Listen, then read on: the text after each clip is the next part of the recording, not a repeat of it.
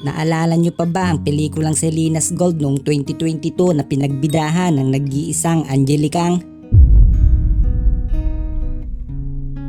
Ngayon ay ginawan ng karugtong ng paborito nating BMX ang nasabing pelikula upang ipagpatuloy ang nakakabitin nito noong istorya, na kung saan ay iniwan na lamang mag-isa ni Selena ang nooy kaawa-awang bulag na si Domeng. Kaya samahan nyo ako sa pagbubuod sa karugtong ng pelikula at pinamagatan naman nitong Victoria's Silver. Dahil sa tema ng pelikula kung saan ibabalik tayo sa taong 1944 nang sakupin ng mga Hapon ang ating bansa noon, ay muling ipapakita sa pelikula ang nooy binatang bulag na si Domeng. Kasalukuyang nakatira sa Tagong Gubat kasamang isang matanda na kung tawagin niya ay Kaenteng.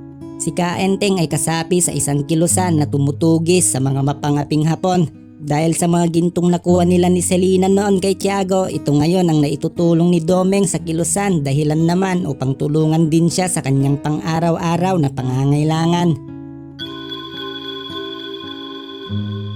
Hanggang sa mapadpad sa kanilang kinaroroonan ang isang nanghihinang babae, at ito naman ay si Toyang, ang babaeng biktima ng pang-aabuso at binihag ng mga Hapon.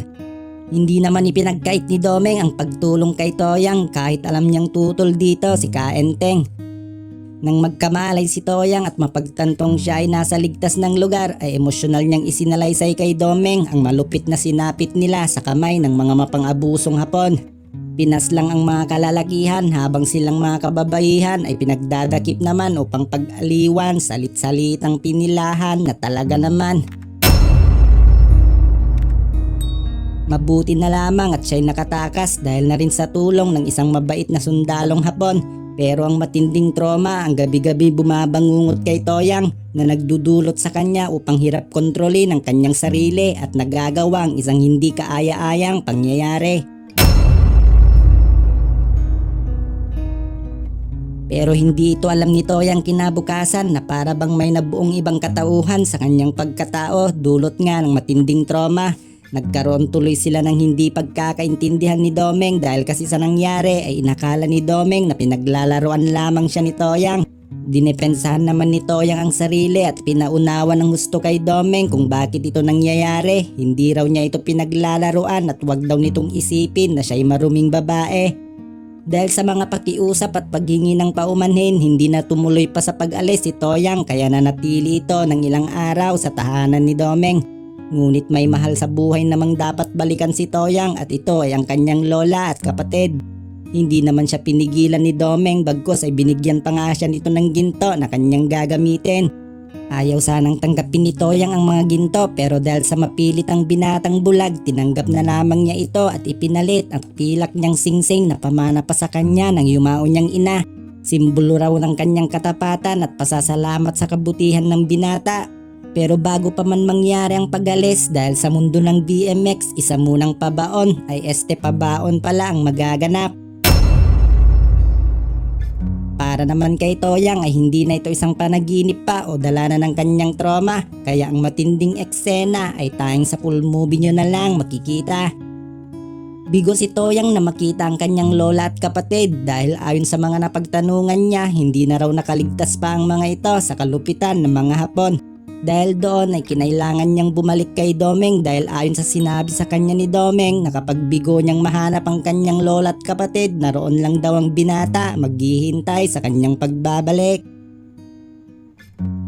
Subalit sa kasamaang palad, nakita siya ng dalawang lalaking ito na sa una ay pinakitaan siya ng mabuti pero sa huli katulad din pala ito ng mga Hapong mapang-abuso.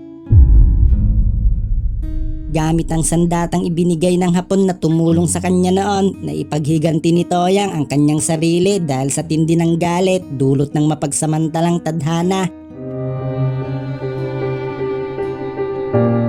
Sa kanyang paglalakbay, nasalubong niya ang grupo ng mga kababaihan na lumilikas. Binigyan siya ng mga ito ng makakain at mapag-aalaman niyang papunta pa lang mga ito upang sumanib sa mga miyembro na lumalaban sa mga Hapon.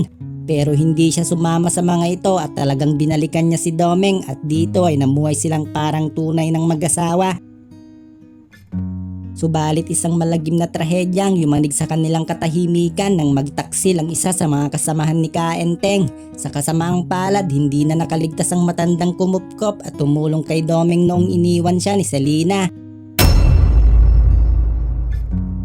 Ang salarin ay walang iba kundi si Miyong, ang lalaking naghudas at nagbulag-bulagan sa pagkakaibigan dahil sa labis na kasakiman sa mga gintong nakukuha ni Kaenteng. Matagumpay na nalinlang ni Miyong sina Domeng at Toyang sa pag-aakalang kasama ito sa mga tinutugis ng sundalong Hapon.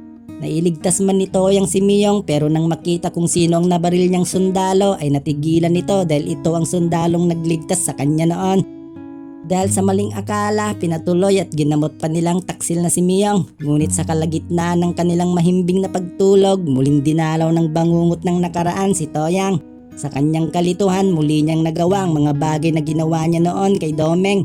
Ngunit sa pagkakataong ito, kay Miyong naman niya ito gagawin.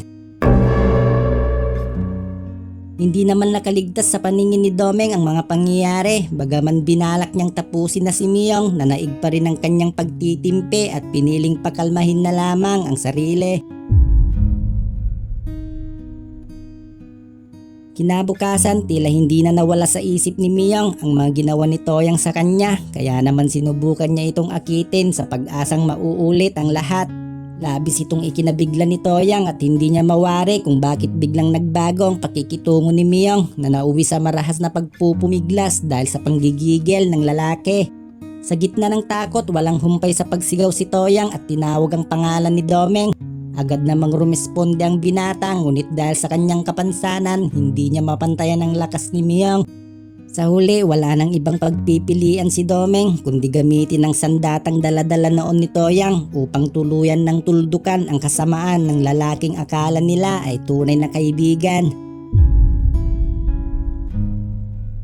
Sa pagtatapos ng pelikula, makikitang magkasamang nililisan ni na Domeng at Toyang ang lugar nang mapagtanto nilang hindi na sila ligtas pa roon.